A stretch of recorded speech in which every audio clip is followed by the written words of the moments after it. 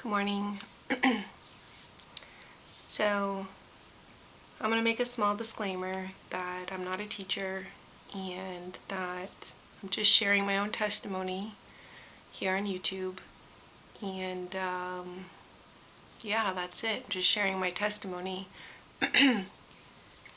planting a seed, hopefully a good seed. So, yesterday I goofed off a good portion of the day. That I went to see my daughter and my ex-husband. We had a good time. We went out to Aldi's, which is a grocery store. Picked up a few things. We had lunch together, and then I came home and was just kind of farting around and not really up to much. I harvested my lemon balm plant.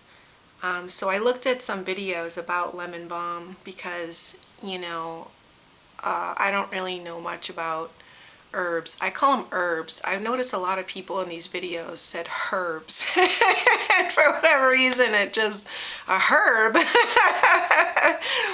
Here in the States and in the Northeast, we call them herbs. I don't, I don't pronounce the H, but I mean, yeah, okay. Maybe I'm wrong. Maybe I've, mispronounced it my entire life. Who knows? So I came across this video of this young man. He wasn't in the video, but he had the sweetest voice, and he was talking about the benefits of lemon balm. He was even talking about the side effects if you did too much lemon and you had too much lemon balm. So he was cute. So I opened up the channel and I noticed, I think it's mainly his dad's channel. So I clicked on the recent video and the guy made me smile. He made me laugh. So I sent him a comment, and this person subscribed to me. And I'm not gonna lie, one of the first thoughts that I had in my head was, I hope this person doesn't think I'm a religious freak. Because if you have really no context of my channel and you just go look at the titles of my videos, it's pretty in your face and intense. Just looking at the titles.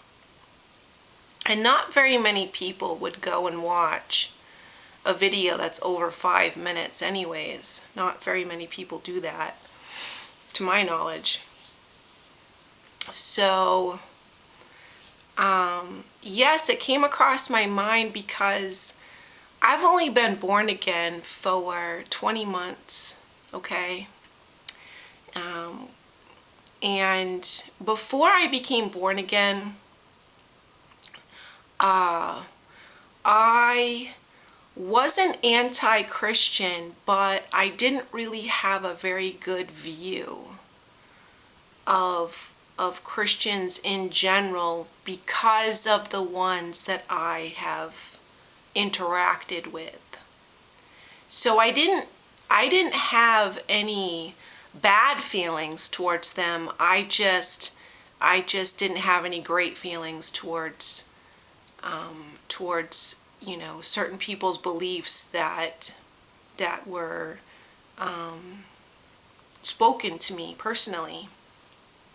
I'll give you an example. When I was in my second marriage, my husband had a friend who was a professed born-again Christian. And he does a lot of work for the Christian community. They go to church, and he even has his own music company specifically for Christian artists. So I don't know how the topic came up about homosexuality, but I basically asked him, his thoughts on it, because I knew he was a born-again Christian, a very strong, professed Christian. And he told me that he believed that, those that are homosexual are that way because they were abused as a child. That's why they chose that lifestyle, because, they were probably sexually abused as a child. And you can look at my wide eyes right now. I had wide eyes then too. I was like, wow, that's a bold statement right there. And I don't know where he heard that theory. Now let's just say that theory is true on a small level. Let's just say 1 out of 100 people, just 1 out of 100 who choose that lifestyle was sexually abused as a child. Does that make that theory true? Of course not. So he adopted that theory. He adopted that into his belief as if it were something that were true. And that's a really dangerous thing to do. That's a highly dangerous thing to do. That you're adopting a theory which probably has little to no truth in it, and you're calling it truth. Now, back then, it definitely didn't make me want to seek the Lord Jesus Christ anymore when I heard something like that. And it made me have some sort of formed opinion about a born-again Christian. Even though him being one example doesn't make all born-again Christians the same.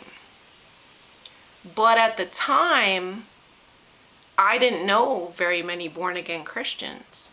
And, when you form an opinion, It's not, doesn't make it true, doesn't make anything true. You just form an opinion at the time. It's like anything else. Like I had a formed opinion about Jehovah's Witnesses or Mormons or whatever. So why am I telling you this testimony? Well, this is why it's important to stick to truth only. And if you're unsure about something, it's really wise to just tell somebody you don't know. We're all ignorant, and I think it's funny. Every single one of us that are here are ignorant. Even Satan's ignorant, okay? As clever as he is, Satan's ignorant too. The only one who's not ignorant is the Lord Jesus Christ. So, interestingly enough, society, if you admit something, if you say you don't know something, all of a sudden, with general opinion, is like you're not a credible person because you say you don't know. But yet, if you're confident and speak a theory about something that probably has little to no truth in it, you are a great source of information, which is like completely untrue.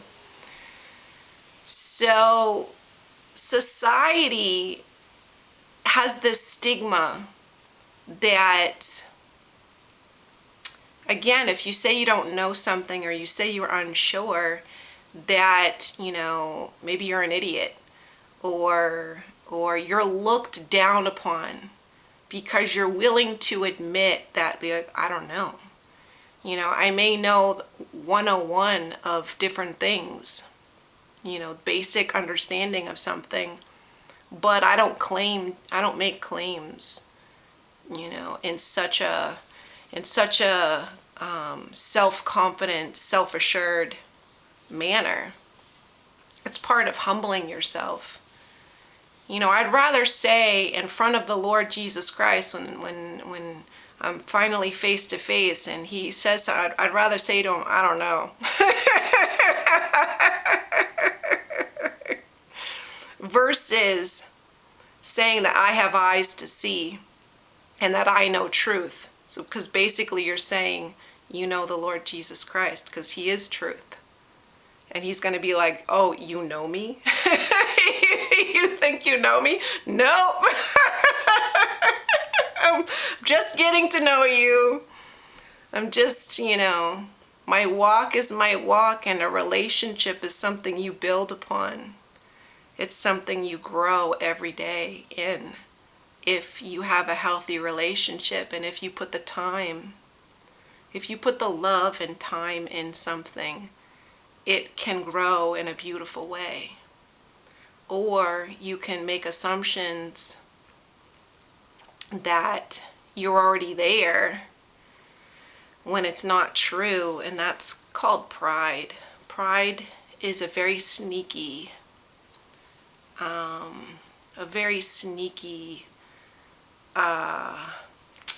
what's the word I'm looking for? A very sneaky thing in your life that you can be unaware of. You can be invaded with pride and not even know it. Just by thinking that you know truth about something when in all actuality it's a theory or an opinion. And again, I've never claimed to know everything. I know what I know, what the Lord shares with me, but I'm not certified in anything, or I'm not a professor, teacher, pastor, anything. I'm just a servant who I'm sharing my testimony. So, yeah, it does concern me when I have a new subscriber, and I wouldn't have known that I had a new subscriber unless unless somebody says, oh, I'm a new subscriber. And I always just want to make sure that, you know, as bold in your face as the titles of my videos are, I don't preach to others. I share my testimony, and I don't judge others, whatever lifestyle they choose to live. I mean, I know truth about this is all spiritual, Ephesians 6:12. And if someone asks me, you know, legitimately wants to know something, I'll share truth to the best of my ability, but you know, I don't go off in a unsure, unreliable manner. It's like anything else. It's like I can't really prove that it's all a lie, the whole world is a stage. I can't prove that. I can't it's like I don't know the truth of everything, but I know that it's a lie. It's like I can tell you I know it's a lie, but do I know all truth about chemtrails or about Nephilim or about underground cities or about, you know, different things? Of course not. Of course not. But the most important thing is the Lord wants you to question everything.